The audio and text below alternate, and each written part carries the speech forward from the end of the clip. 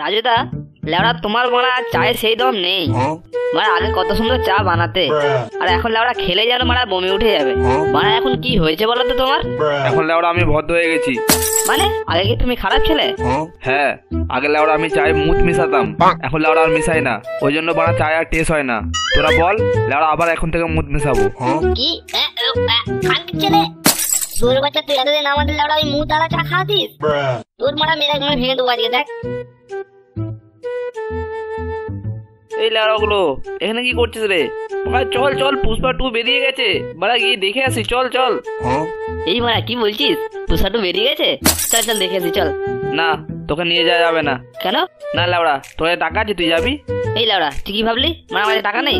দেখ মারা পুরো 10 টাকা আছে রে। খানকির ছেলে, ওই 10 টাকা নিয়ে একটা ভুট্টা কেন, আর ওই ভুট্টাটা পোঁদে ঢুকি দে।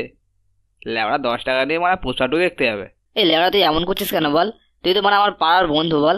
তুই মানে 10 টাকা ধার দে, আর মানে আমি ওর থেকে 20 টাকা নিয়ে নেবো। মানে চ না রে দেখি লেওড়া, মানে সিট না পেলে মানে নিচে বসে রেখে নেবো, চ না। আচ্ছা চল।